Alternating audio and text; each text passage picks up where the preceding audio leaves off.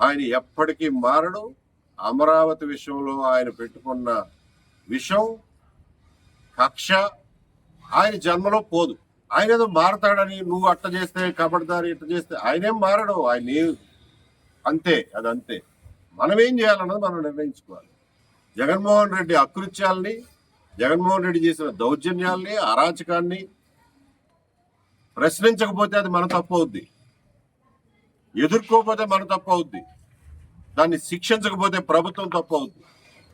ఈరోజు జగన్మోహన్ రెడ్డి వచ్చి మాట్లాడింది అమరావతి రైతుల్ని భయపెట్టడంతో పాటు రాష్ట్ర ప్రజలందరినీ భయపెడదామని అనుకుంటున్నాడు. మనం భయపడ్డావా చచ్చినట్టే. సంవత్సరంన్నర పాటు అమరావతి రైతులు మీకు ఏమి గుర్తు రాలా ప్రభుత్వానికి.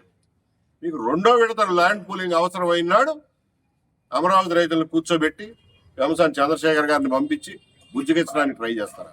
ఒక జగన్మోహన్ రెడ్డి గారే కాదు, అందరి పట్ల మీరు అమరావతి రైతులు అప్రమత్తంగా ఉండాలి. రాష్ట్ర ప్రజలు అందరూ అప్రమత్తంగా ఉండాలి.